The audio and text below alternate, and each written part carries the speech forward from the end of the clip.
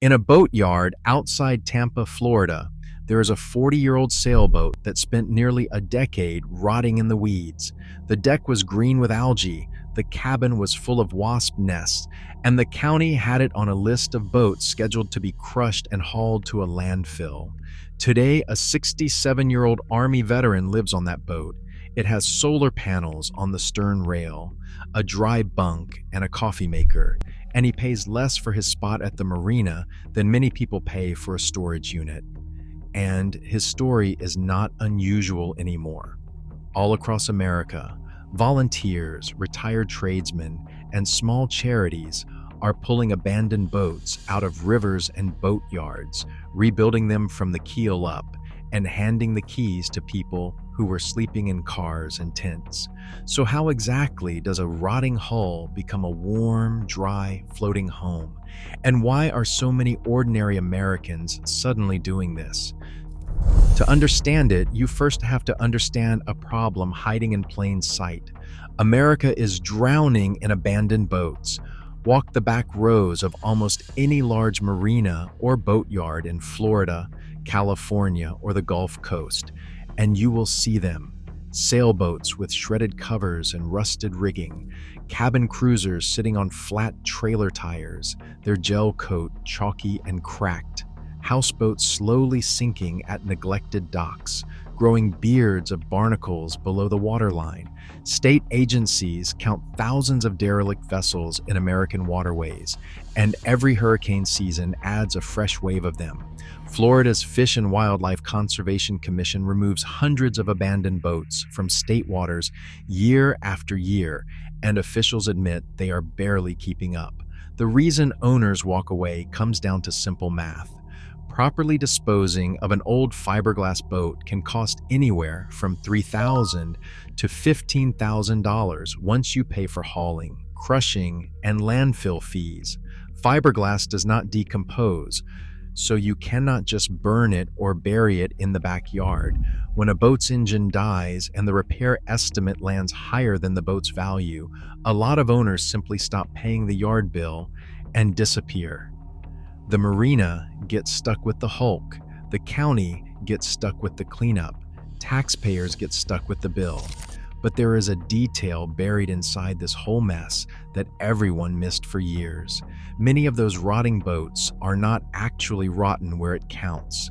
Fiberglass sailboats built in the 1970s and 80s were famously overbuilt, with thick, solid hulls that can easily last half a century or more. What fails on an old boat is almost never the hull itself. It is the wiring, the upholstery, the canvas, the rigging, and the engine. In other words, the expensive cosmetic layers die while the bones stay strong. One retired boat builder in Washington state put it this way: you could not build a hull that good today for $40,000, and counties are paying people to crush them. Now hold that thought, because at the exact same time, a very different crisis was building on land.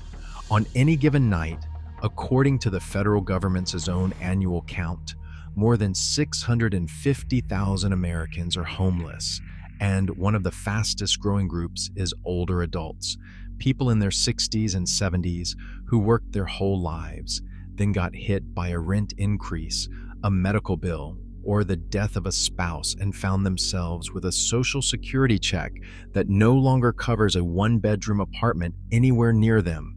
In many American cities, the average rent for even a modest apartment now runs well past $1,500 a month. Waiting lists for subsidized senior housing stretch on for years. Shelters are full, and for an older person, a shelter cot or a tent encampment is genuinely dangerous. So on one side of the ledger, America has thousands of structurally sound boats that governments are literally paying to destroy. On the other side, hundreds of thousands of people who need nothing more than four walls, a roof, a lock on the door, and a warm place to sleep. Somewhere along the way, a handful of people looked at both problems at once and realized they fit together like a key in a lock. There is no single founder of this movement, and that is part of what makes it interesting. It grew up in a dozen places at the same time, usually starting with one boat and one person. A typical story goes like this. A marina owner on the Gulf Coast has a derelict 30-foot sailboat clogging up a slip. A homeless man has been quietly doing odd jobs around the docks, washing hulls and hauling trash. One day the owner makes an offer: fix that boat up, keep it clean, and you can live on it. 6 months later, the boat looks better than it has in 20 years. The man has an address for the first time in a decade, and every other marina owner in the county has heard about it. From those little handshake deals, something more organized began to grow. Retired welders, carpenters, electricians, and boat builders, many of them recently widowed or bored stiff in retirement, started volunteering their weekends. Church groups and veterans organizations began covering material costs, and online, boat donation networks quietly exploded. There are now entire groups where owners give away tired but sound boats for free or for a single dollar, simply because donating the vessel is cheaper than paying to destroy it. And it comes with the bonus of knowing the boat will shelter someone instead of filling a landfill. Hurricanes turned out to be an unexpected supplier too. After a major storm tears through Florida or the Carolinas, insurance companies write off boats by the thousands, and many of them are barely damaged. A sailboat that blew off its stands and cracked a rail gets totaled on paper, then sold at a salvage auction for a few $100s. Volunteer crews now watch those auctions the way bargain hunters watch estate sales, snapping up hull that need little more than cleaning and new rigging. One crew on the Gulf Coast picked up a totaled 32-footer after a hurricane, spent a single weekend on repairs, and had a family friend of a homeless veteran crying on the dock a month later. Getting a free boat, it turns out, is the easy step. What happens next is where the real work begins, and it is fascinating to watch. Every rescue starts with a survey. Volunteers go over the hull with a moisture meter and a small hammer, tapping the fiberglass inch by inch and listening for the dull thud that means water has gotten into the laminate. They check the keel bolts, the rudder, and the deck around every fitting. The rule the experienced crews follow is simple and ruthless. If the hull is sound, the boat is a project. If the hull is compromised, the boat becomes a parts donor, stripped of its hardware, port lights, and lead ballast to feed the next rescue. Sentiment does not get a vote, because a bad hull can never become a safe home. Once a boat passes the survey, the gutting begins, and it is brutal. Everything comes out: moldy cushions, soaked foam, crumbling wood paneling, corroded wiring, old fuel lines. All of it dragged out onto the dock in trash bags. Then the boat sits for weeks with hatches open and dehumidifiers running, drying out down to the bilge. Volunteers scrub every surface with vinegar and mold killer until the cabin smells like a boat again instead of a swamp. Then comes the part that separates a floating home from a floating disaster. Sealing. Every piece of deck hardware gets removed, cleaned, and rebedded in fresh sealant. Hatches and windows get new gaskets or get replaced entirely. The hull below the waterline gets fresh bottom paint. Old boat restorers like to say that water always wins eventually, so the job is to make it lose for the next 20 years. Only then do the systems go in, and this is where these projects get clever. The crews skip almost everything that makes boats expensive. No big inboard diesel engine, because a boat that lives at a dock barely needs one. Instead, they install a couple of solar panels feeding a small battery bank, LED lighting throughout the cabin, a 12-volt refrigerator about the size of a cooler, a composting toilet that needs no plumbing, simple water tanks with a foot pump or a small electric pump, and a compact propane or diesel heater for winter. Foam and reflective insulation goes against the hull sides behind the walls, because on the water, condensation is the quiet enemy that soaks bedding and grows mold. And winter is where all of that gets tested. Ask anyone who has spent a January aboard, and they will tell you the cold on the water is a different kind of cold. It comes up through the hull, the damp gets into everything, and the small cabin heaters these boats carry can struggle on the worst nights. Marinas lose power in storms just like neighborhoods do, so experienced live-aboards and volunteer crews have picked up a habit worth stealing. They keep an emergency thermal bivvy aboard every boat.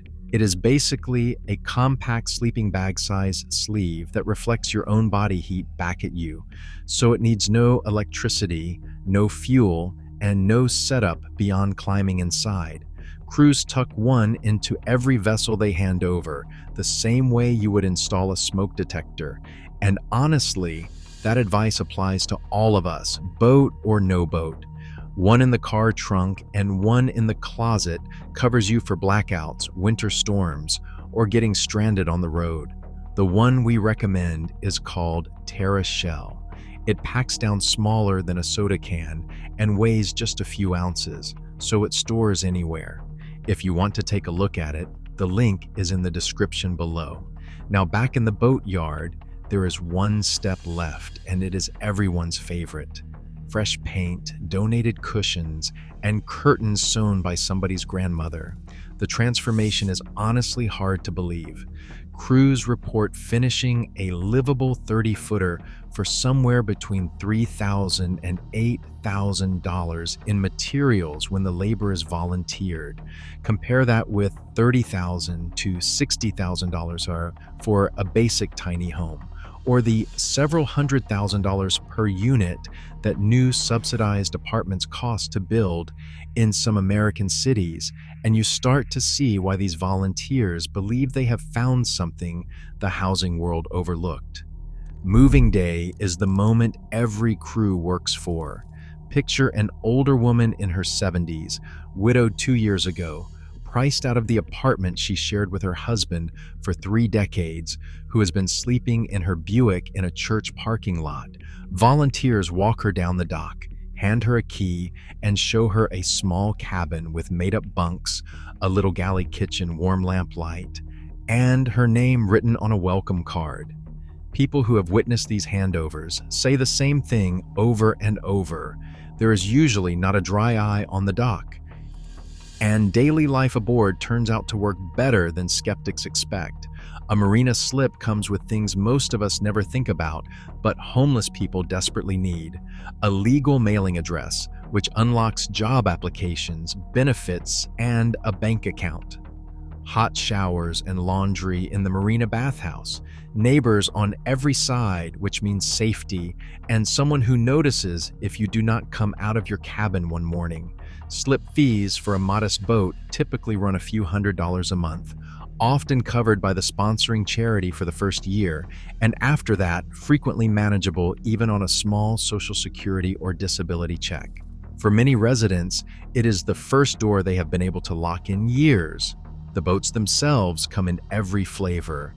Sailboats are the workhorses of the movement because there are so many of them sitting abandoned, but crews also rescue old houseboats, which offer more standing room and flat floors for residents with bad hips, and pocket trawlers with cozy pilot houses that feel like tiny cottages. One program in the Pacific Northwest specializes in retired commercial fishing boats, whose thick hulls and diesel stoves were built for cold, wet winters. Wherever the crews work, the pattern repeats. A vessel everyone had written off, a resident everyone had overlooked, and a dock full of neighbors who slowly stop seeing a charity case and start seeing the guy who is really good at fixing outboard motors. But not everyone on the docks was thrilled about the new neighbors. As these projects spread, they ran straight into a wall of rules and old resentments. Plenty of marinas flatly ban living aboard or cap liveaboards at a small percentage of their slips because decades of experience taught them that a neglected liveaboard boat can turn into exactly the kind of derelict this whole movement started with. Insurance companies want a professional survey before they will cover an older vessel. Some coastal cities have passed strict limits on anchoring, aimed at run-down boats squatting in scenic bays. And critics have not been shy, warning that well-meaning volunteers could end up creating floating slums, rows of failing boats occupied by people with no money to maintain them. The organized programs took that criticism seriously, and their answer was standards. Boats have to pass a safety inspection before anyone moves aboard, with proper flares, life jackets, fire extinguishers, and working bilge pumps. Sewage goes to the marina pump-out station, never over the side. Because coastal waters are protected, no discharge zones. Residents sign maintenance agreements, and volunteers keep checking in monthly, teaching new owners how to care for their homes. Some docks run with sobriety rules. A few counties have even flipped from obstacle to partner, signing seized derelict vessels over to nonprofits instead of paying $10,000 to crush them, which saves the taxpayers money on day one. The skeptics on the docks have a way of coming around too. Marina regulars who grumbled loudest about charity boats often end up as the movement's best recruiters. Once they watch a rescued vessel become the cleanest boat on the pier. There is a story volunteers love to tell about a retired charter captain who fought one of these programs at 3 separate town meetings, convinced it would wreck his marina. 2 years later, he was donating his old dinghy, teaching residents diesel maintenance on Saturday mornings, and telling anyone who would listen that the program boats were better kept than half the boats owned by so-called respectable people. On a dock, respect is not about your bank account. It is about how you keep your lines coiled. That last point matters because the economics of this movement are quietly stunning. Studies of chronic homelessness have found that one person living on the street can cost a city tens of thousands of dollars a year in emergency room visits, police calls, and shelter services, with some estimates for the most vulnerable individuals running far higher. A restored boat is a one-time cost of a few $1,000s in materials, plus modest slip fees, and it can shelter someone for a decade or more. The volunteers doing this work are usually careful to say they are not economists and they are not trying to replace housing policy. But when a retired electrician can spend 8 weekends and $5,000 donated dollars to permanently house a veteran, the arithmetic speaks for itself. None of this means boats are a cure for homelessness, and the honest programs say so out loud. Boat life is not for everyone. Cabins are tight, docks and gangways are hard on bad knees and wheelchairs, and everything aboard needs regular attention or the sea starts taking it back. Marinas only have so many slips. Hurricane zones bring real risk, and a person struggling with severe illness may need far more support than a berth and a heater can offer. The people running these projects screen carefully, matching boats with residents who genuinely want the lifestyle and can handle it, often folks who grew up fishing, served in the Navy, or simply feel calmer on the water than they ever felt in a shelter. Still, the movement keeps spreading, and not only along the coasts. Inland marinas on the Tennessee River, the Sacramento Delta, and the big lakes of Kentucky have empty slips and aging boats nobody wants, and houseboat communities there have taken in residents who never expected to live afloat and now cannot imagine leaving. A few programs have gone a step further, teaching residents marine repair skills that local boat yards are desperate to hire because the average American marine technician is nearing retirement age with nobody replacing him. In those cases, the boat becomes the first rung of a ladder back into work. But look at what even one rescued boat actually accomplishes, and the appeal becomes obvious. A hull that would have been crushed and buried in a landfill gets another 20 years of life. A human being who was invisible gets an address, a community, and a door that locks. And a retired tradesman who was staring at the television gets a reason to be at the dock by 7 in the morning, passing skills to volunteers half his age. 3 problems, 1 old boat. Which brings us back to that sailboat outside Tampa. The veteran who lives aboard her now spent his first months learning to varnish, splice lines, and read the weather. These days, when the volunteer crew tows in a fresh derelict, caked in grime and written off by everyone, he is usually the first one aboard with a moisture meter and a shop vacuum.